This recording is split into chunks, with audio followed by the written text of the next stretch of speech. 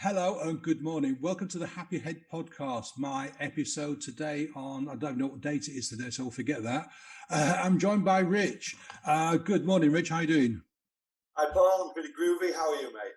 I am very well. It's been a bit of a rough few days. I don't know, I haven't had coronavirus, okay, but I've had like a cold and I've got an itchy eye and a bit of a headache, and I don't know, it's just been one of those weekends. I don't know whether it's the weather changes or I've just been kind of like generally under the weather and it's just kind of peaked across the top, but I'm fine, just one of those minor little things.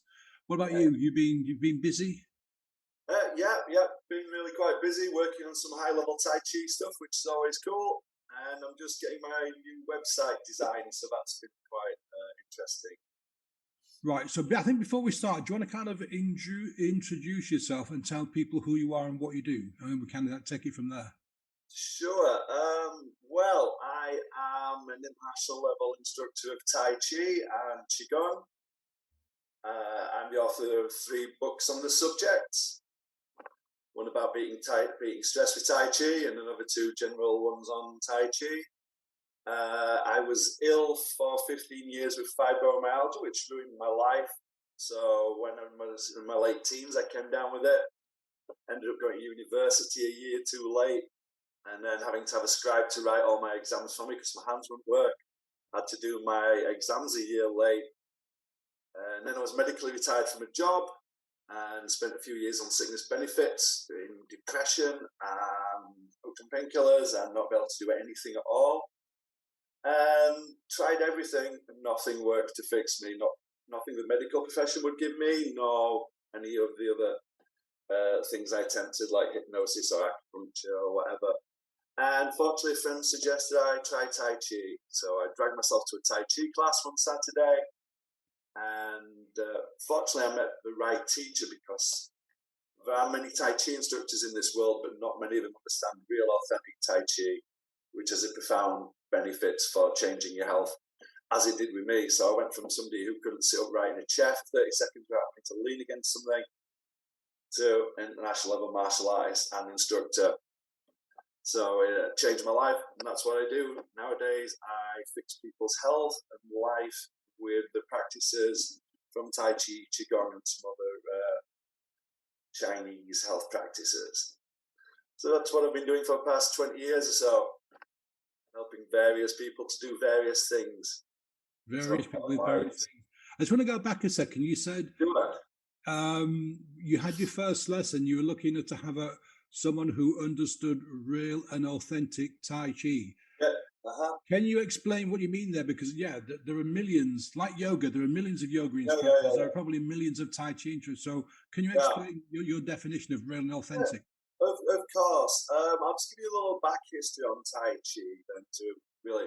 So what we've got nowadays is many people just think Tai Chi is a soft flowing sort of dance-like movement, generally for older people, just to keep the joints loosened, make them feel a bit better. But originally, Tai Chi, which one translation of the name Tai Chi Chuan is Supreme Ultimate Boxing, is actually the highest level of martial art.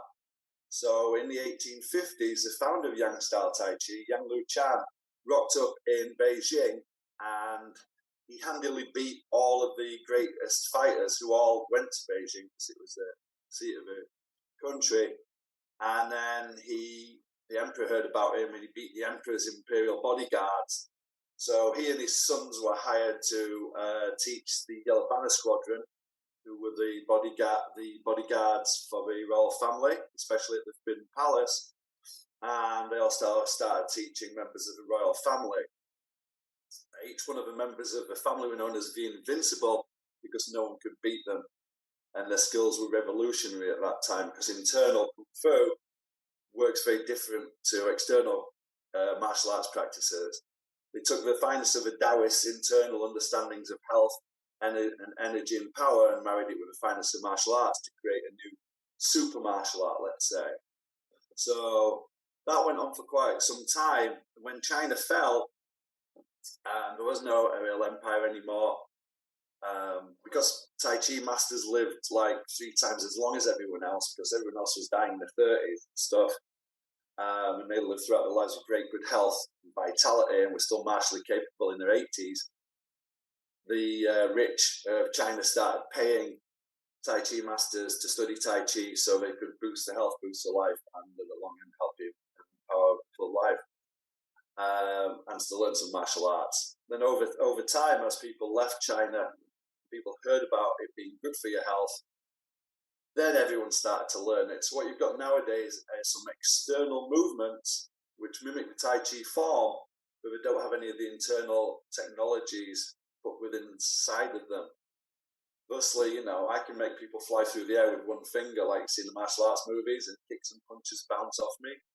I can make people stick to me so they can't move. Got footage of rugby players running at me from 10 feet away while I stand on one foot, and they still don't move me. So what you've got is profound, higher level martial arts, as opposed to what 97% of people are teaching, which is slow, gentle movement. Tai Chi was only ever done slowly to make everything perfect, so your body's connected, you can run the energy through your system, and then once you get to a certain level, it works like lightning.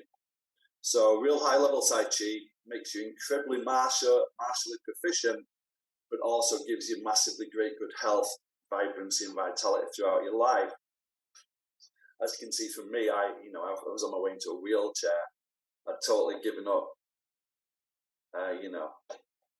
I staggered into my first class, didn't know what I was to expect.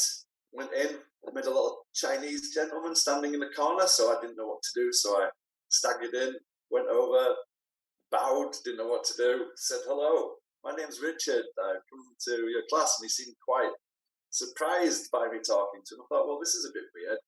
And then a white guy called Colin came in, and it said that he was running the class. So I got it completely wrong. But, I hadn't stuck with anything for a long time. I tried all of these things, but I saw something in it, so I stuck with it. Unfortunately, Colin who's like the vice president of the Tai Chi Union for Great Britain, had studied with some authentic Chinese masters who'd been kind enough to share the real deal with him. So it's very different. What I try to do nowadays is strip all the great things that give you the great health and vitality and well-being and wellness, and help to cure illnesses and solve problems out of the Tai Chi, so I can give people stuff that will help them without having to learn the forms and go through all of the other stuff, which is, quite time-consuming and laborious to get to the high-level skills. So real Tai Chi is very, very different to what many people would think it would be. So what happened to make it become so diluted, if that's the right word? Well, so what you've got two things really. You've got a concept the Chinese have called the iron rice bowl, which means that's their family business. So when a lot of Chinese legged it from China, as China started to fall apart and moved around the world, and people started to hear more about it, more people wanted to do it, especially as you got into the 60s and there was all the peace and love movement. A lot of hippies jumped on board with it. There was a lot of interest in Indian and Chinese philosophies, and they were sold the external watered down thing. For instance, if you go over to America, a reputable master over there, I know that some years ago he was charging $67,000 to be taken on as an adult student to learn these practices. If you went to his school, he'd put you on a thing called a 20-year plan, where you trained and did these things he told you for 20 years. And supposedly you'd have the skills when you'd been paying him lots of cash for 20 years. But of course you wouldn't. So what happened was they were keeping these Chinese cultural secrets to themselves and then charging a heck of a lot of cash to do that. And if not, you got the watered down version and then told the 20-year plan. And as more people heard about it, more people took on board, and then it was sold more and more to hippies, new age type people and things, and more people trained in it. But anyone can claim to be a Tai Chi instructor nowadays. Well, I know someone who went on a course of physiotherapists, and they were offered a half a day training in Tai Chi and were given a certificate at the end of it to say they were an accredited Tai Chi instructor. Whereas I've been studying for 21 years now, and even at my level, there's still so much, so far to go with it, you know. So, how did it help you? Because with fibromyalgia, that is, I mean, first of all, from what you were saying, it kind of came out of nowhere, hit you when you were in your late teens. Yeah, yeah, yeah, totally. And then sort of, I mean, can you, first of all, can you explain what fibromyalgia is? Because a lot of people don't know what it is, I Oh, guess. yeah, sure, Paul. So fibromyalgia is, well, it's got a reputation as something of being a fatigue syndrome, somewhat like ME. So with fibromyalgia, you suffer incredible fatigue, you're exhausted all the time, you have no energy. But then it affects the muscles, ligaments, and tendons around all of your joints. So you have massive amounts of pain that constantly moves around your body. You also think of body setting, where your body stiffens up and you can't really move.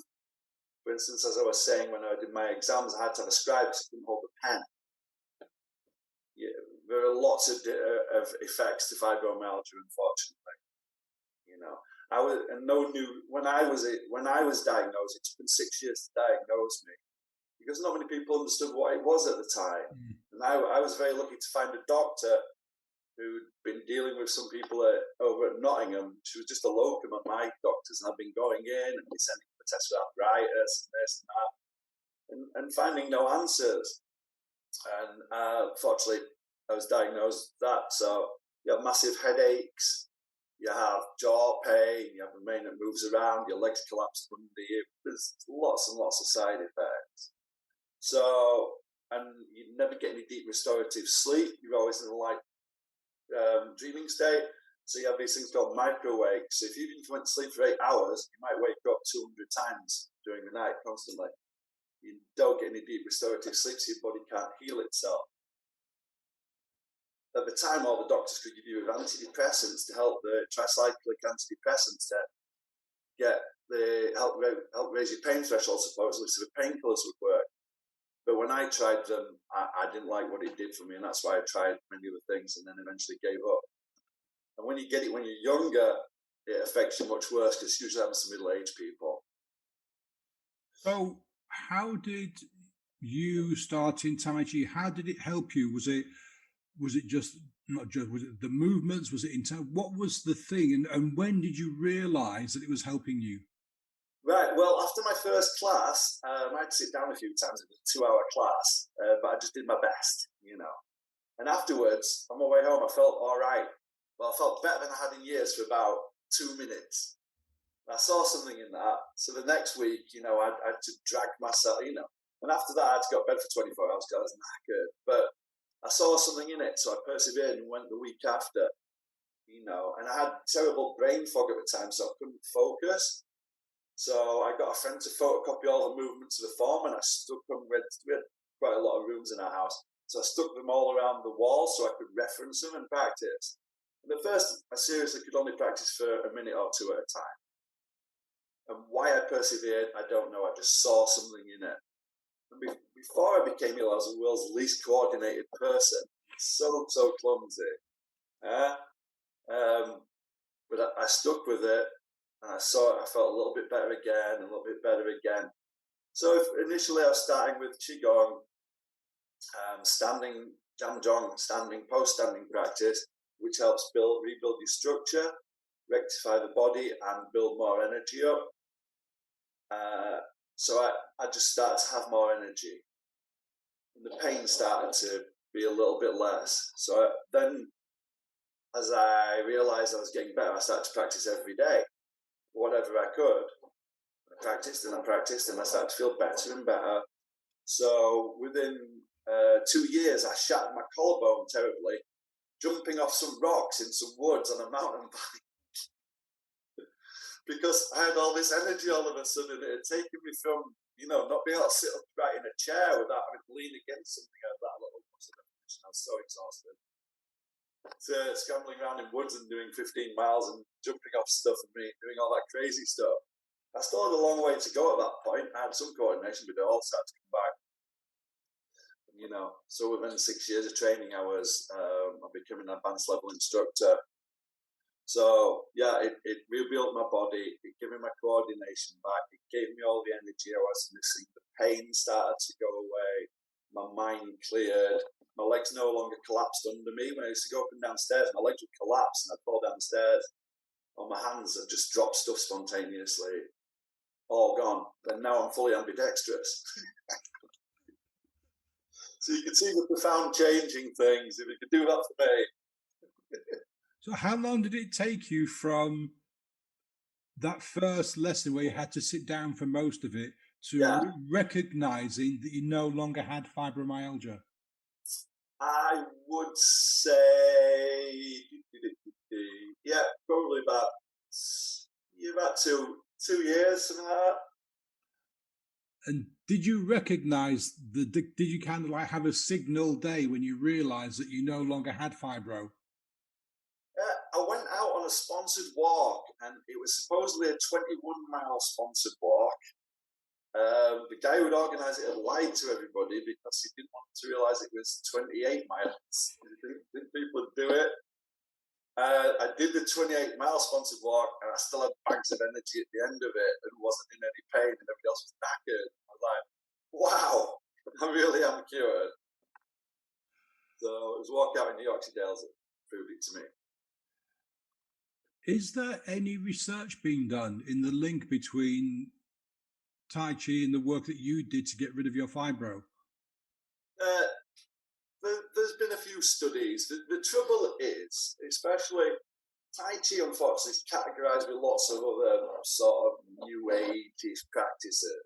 Yeah. You know, and even though Tai Chi is a very new martial art, what informs it is thousands of years of research and study into the internals of the human body and deeper understandings of how all of our systems work, which are different to Western understandings, but right there. So when anyone does a study, generally there's some sort of feasibility study or some such thing.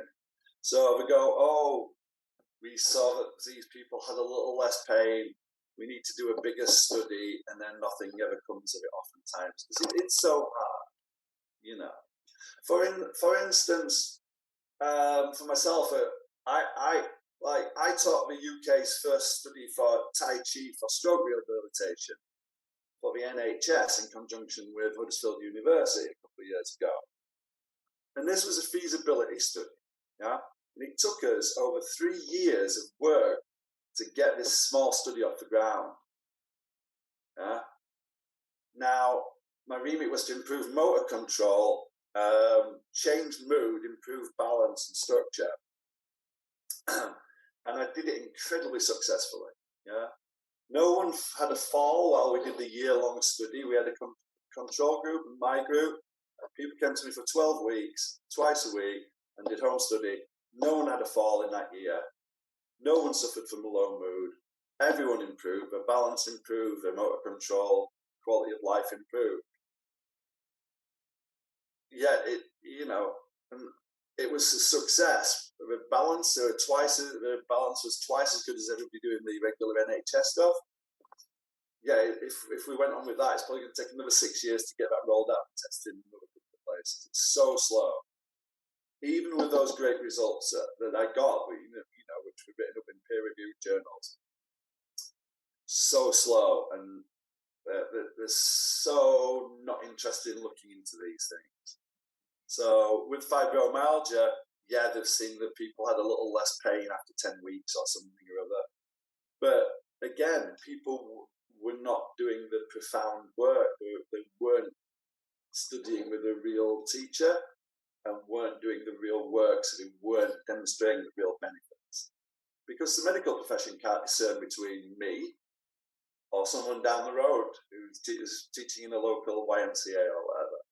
Yeah, because you've got a certificate, you've got a certificate, and as far as Exactly. medical, yeah, one certificate is as good as the next, isn't it? Yeah. This is the problem.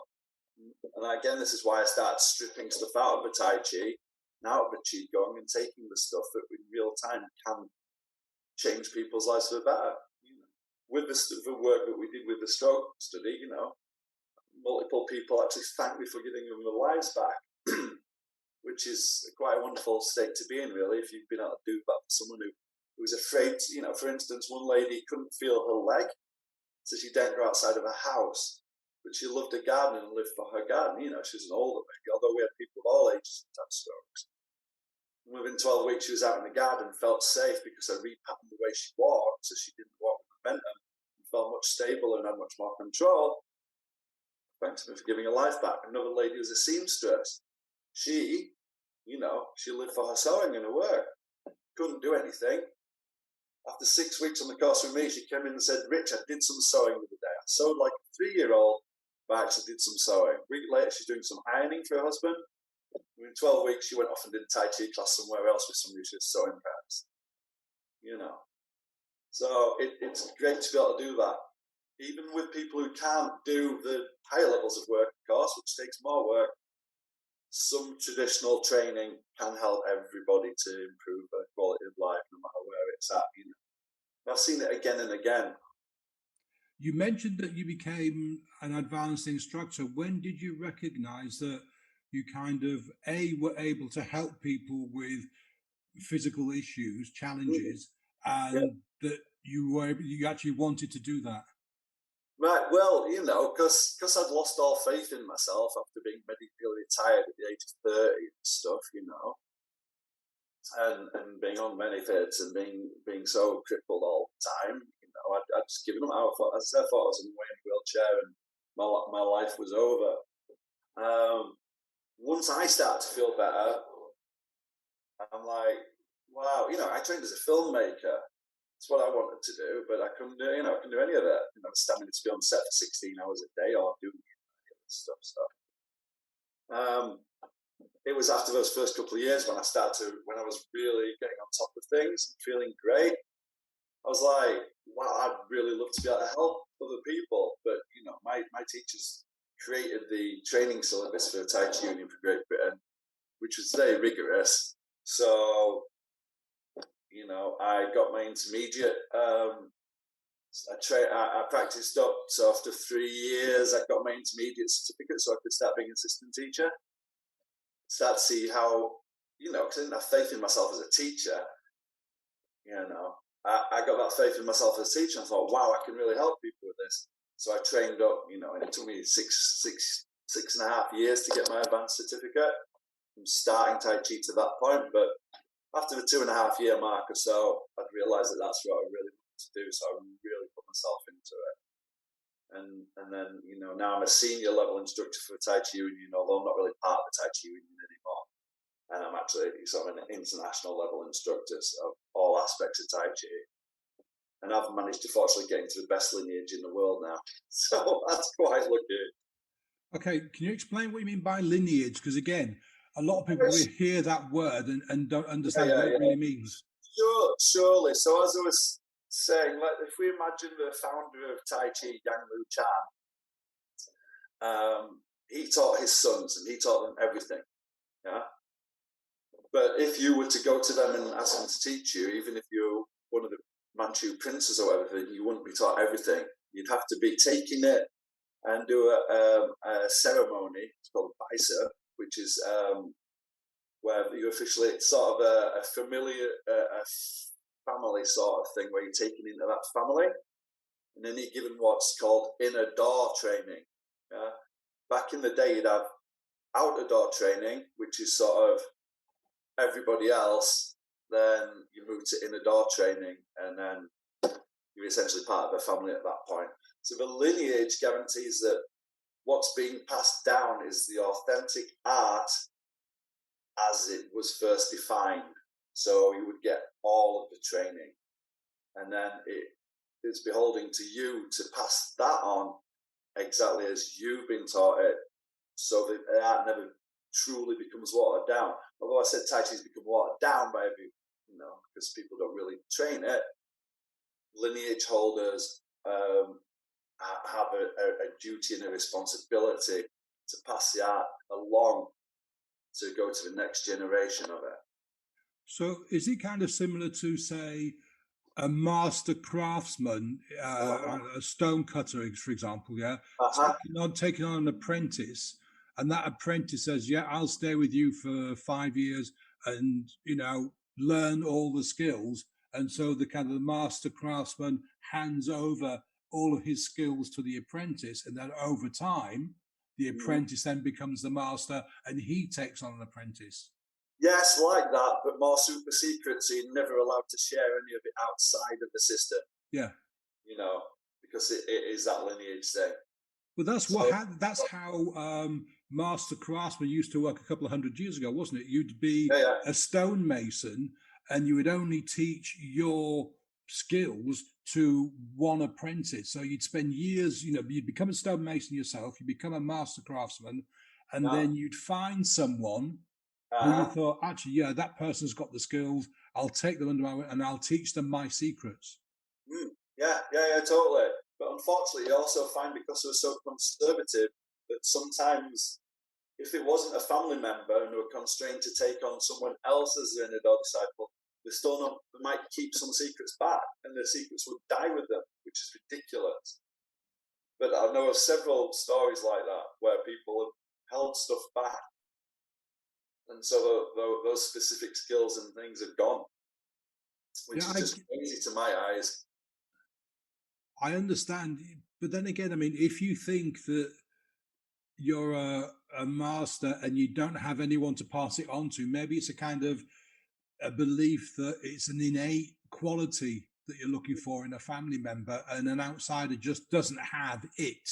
So Yeah. you can't pass on all of your stuff because they will dilute it, and rather you take those secrets to the grave with you rather than share them for fear of them being diluted. Maybe it's Well, there's that, but also some of them are very, very eccentric.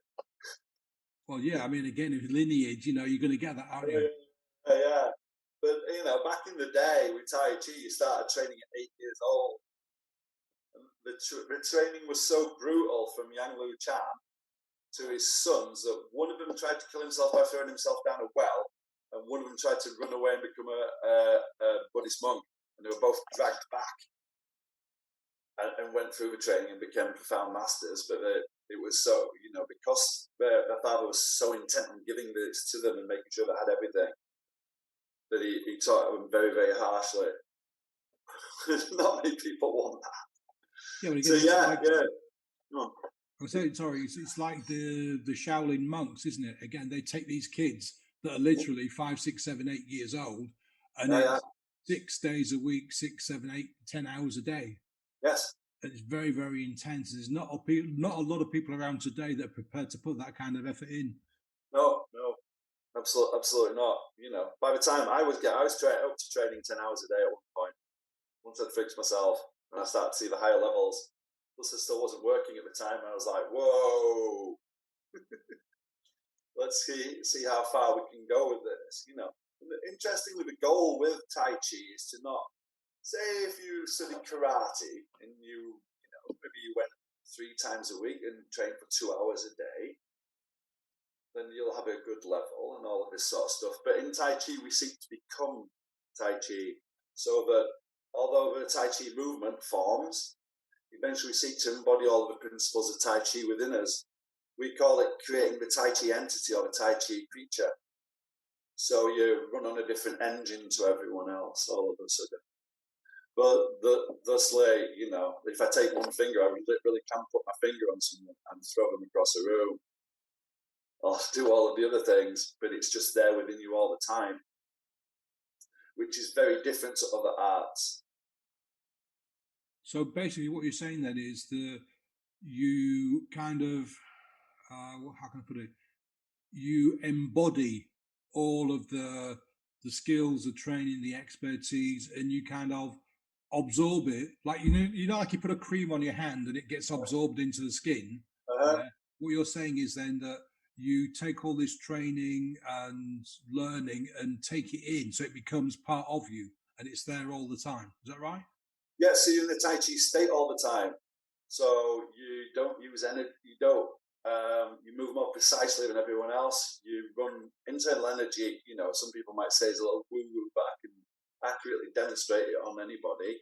You run on a different engine. Your body works differently. One of my friend's masters called Tai Chi like finding the missing handbook of the human body. So you're working at your highest possible potential in all levels of your system. This is why Tai Chi masters are still martially applicable in their 80s and stuff. because it's a very different thing. You don't age like other people. You've got all your energy and vitality throughout your life. Why is it, do you think, Rich, that given what you've just said, that you Yeah. can be still very physically fit and active at the back end of your life, Uh-huh. that it's not worldwide? Not the diluted stuff. I'm talking about the stuff that you teach. Why is it not worldwide? Why are we not all doing it if this is so, if you can do that for us? To be honest, yeah, people won't put in the work. We live in a society where people are geared up to take something rather than do something. You'll get people go to the gym and stuff, but a lot of that's for aesthetic reasons. You know, they want to look better, you know, all of this sort of thing. They want a six pack. But I'm working with a guy over in America now. He had a massive problem with his leg. He'd lost half of the strength in his leg. His knee was really, really troubling him.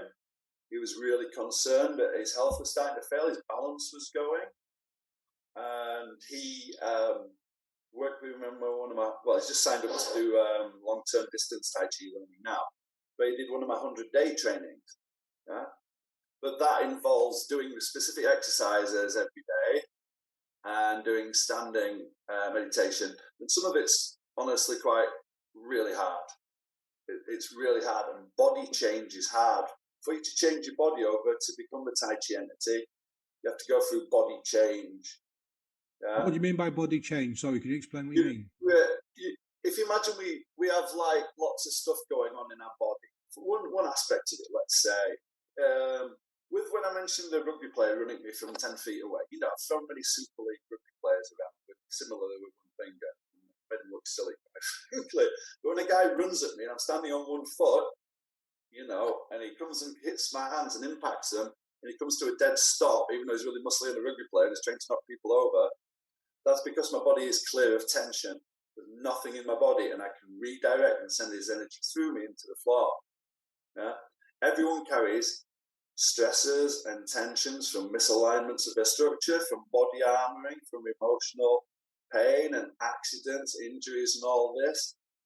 And everyone uses their bodies wrong, quite frankly. Athletes and stuff, maybe it's a different thing, but we don't use our muscles correctly. We've co-opted stabilizer muscles to help with our movement, and muscles help hold us up. So our bodies and our minds are in massive tension, stress, and holdings, let's say. So to release, to do the practices to get all of this out of your system so your body's clear, so that it can become a conduit for power, takes hard work and it hurts. Yeah? Releasing your body into gravity whilst your structure's holding you up hurts. Letting go of these these strictures and holdings, you know, it hurts. There's good pain, there's bad pain, isn't there? But it's going to hurt, and it's taking endurance and time.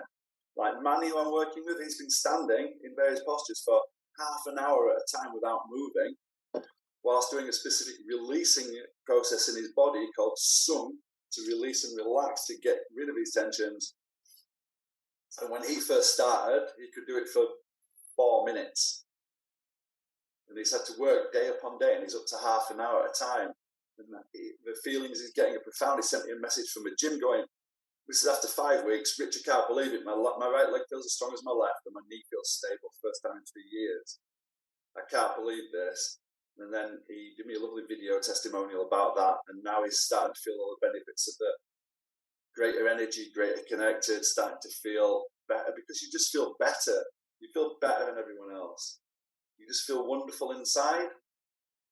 And the internal feelings are quite something. You feel better than sex all the time. It's quite something, you know. And then there's all the other things that go on. So most people don't do it because, one, they don't know what it is. Two, they don't know why they'd have to pursue that when they could do what the Western tells you, go to the gym or whatever. They don't, you know. So they don't know it. And they might not want to do it if they did do it, you know. But the profound benefits on the other side of it are just crazy, you know. So do you work one-to-one with people, or do you run classes? How do you help people? Well, nowadays, last year things went a bit crazy, so a lot of my businesses not changed, let's say. So I've been working more on the internet. I used to work one-to-one with people. Years ago I did massive group classes and workshops and various other stuff. More recently I've been on some workshops online, but I generally work one-to-one with people, and we do different programs to help them with whatever it is. So I've got something for everyone.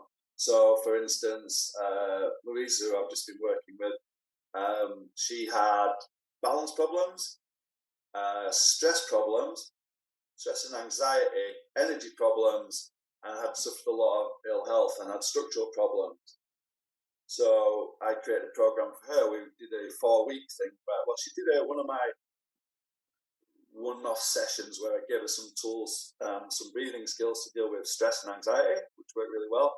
So she signed up for a 4-week thing where she's to rectify some of her issues, which we've been doing on.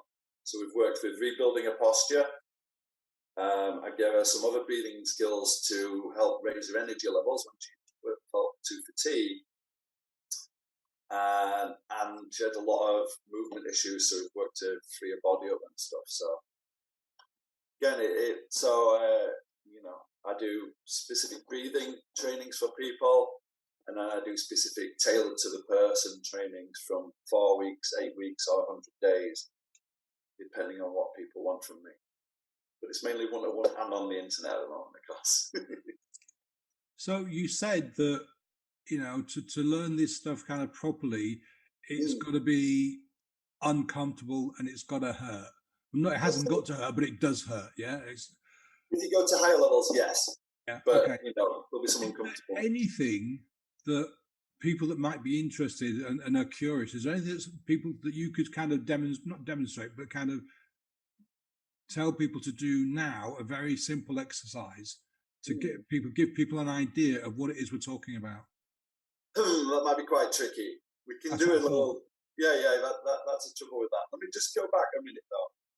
One of the also things is there were never a lot of high-level Tai Chi people. It's PhD level martial arts. So there's never been many people pursued the high-level stuff. When it really started to become popular, everybody was paying like 100 gold yuan a month to people. And Yang Chenfu was driving around Beijing in a Rolls-Royce Silver Shadow because he'd been paid so much. People were training for the health bits, not doing the martial arts bit, but they were still having to go through the work, I can teach a little breathing technique which will help pick people up, perhaps. Yeah, go for that. That's good. Yeah. Yeah, all right. So that's not really technically Tai Chi, but I teach a lot of breathing stuff. It's all part of the Qigong and Tai Chi. So very simply, if people just sit upright, you want to not be fighting gravity, so you can really start to feel your body and your breath. So shoulders over your hips, head upright on top of your neck, so you're not leaning in any direction. You can close your eyes to get a little bit of a handle on it. Most people don't breathe correctly either, so deep diaphragmatic breathing is a more natural route of breathing. That's one way of breathing I teach. But a simple way into that is, as you breathe in through your nose, expand your belly out a little bit. If you push it out, it pulls your diaphragm down, stretches it, which creates negative pressure, which pulls more oxygen in. And then just gently pull your belly in as you breathe out, and that'll help to squeeze the CO2, etc. out. So deep diaphragmatic breathing really, really, really helps. But what you can do then is, because your brain recognizes signals from your diaphragm as to what sort of state you're in, if you can raise your breathing tempo a little bit, then it'll send messages to your brain that you need more of a pick-me-up. So it'll throw more dopamine, a bit more cortisol and adrenaline, and it'll just naturally pick you up. So a very, very simple and non-invasive one is, you breathe in through your nose, expand your belly out, and then you breathe out in a staccato manner through your nose, say 10 times or something like that. So that's like breathing in through your nose, breathing out, like that. Yeah? If you do a few rounds of that, one, it'll get more oxygen in, it'll make your diaphragm work faster, send messages to your brain to release the right chemicals, and that'll naturally pick you up very, very quickly. So if you just do 3 rounds of 10 of those breaths, that'll give you a lift if you need a bit of a lift, say mid-afternoon when your energy is flagging without having to have recourse to caffeine or sugar like most people do. So it's just naturally taking advantage of your body's systems to pick you up. Now, if people want to chill out and relax somewhat, because we're working with our nervous system. So one part of your nervous system is designed for arousal and one's for relaxation. So if we want to relax and calm down, a very simple thing to do, again, breathe in, expand your belly, breathe out, condense your belly a little, is breathing in whatever amount of breath you take in normally. Let's say you took a breath in for, say, 5 seconds or something like that. Then you should breathe out for slightly longer. So you'd breathe out for 7 seconds or something like that. It's different for everybody. But if you breathe in naturally and gently, and then breathe out, and you can breathe out through your mouth to make it even more relaxing, but look at the side, then naturally that's going to send messages to your brain that you're in a relaxation state, and it'll put you into relaxation mode and release more serotonin and stuff, and calm the release of all the stress chemicals out of your system. So that works very, very nicely, and it's very, very simple to do. Just simply breathing in, breathing out for slightly longer. And so one will pick you up, and then if you want to relax, the other one will relax you down, and they're really easy to remember and to do. Brilliant. Thanks, Rich. Listen, if people want to know more, where can they reach out to you? Once my website's back up, which should be in the next couple of weeks, that'll be richmorley.com. Or at the moment, you can find me on Facebook. I'm right there, Rich Morley. You can look at my wall, have a little look at some of the stuff I do, or get in touch with me by DM if you want to chat. So probably the easiest ways to get in touch with me at the moment. And if people want to email me, you can get in touch at richmorleytaichi@hotmail.com. Brilliant. I'll put all those in the show notes. Thanks for your time today, Rich. Awesome. Any final words? Any kind of last thoughts before we finish today? I am some sort of standard bearer for all this stuff, and highly recommend people try some of these practices to get some real benefit in their life.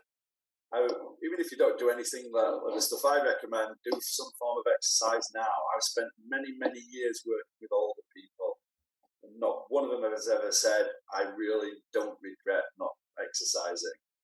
So many people get to an older age and go, oh my God, my health, oh, I'm taking all these tablets, I'm on a dance. Do something now. Do a little bit of exercise, no matter what it is, every day, and you'll reap the benefits in later life, and that's what's most important. Whereas we're saying Tai Chi, what is the purpose of this practice? It's to live your life within a life of eternal springtime. And on that note, thanks again, Rich. Thanks for watching, folks, and I'll see you on the next episode. Bye now.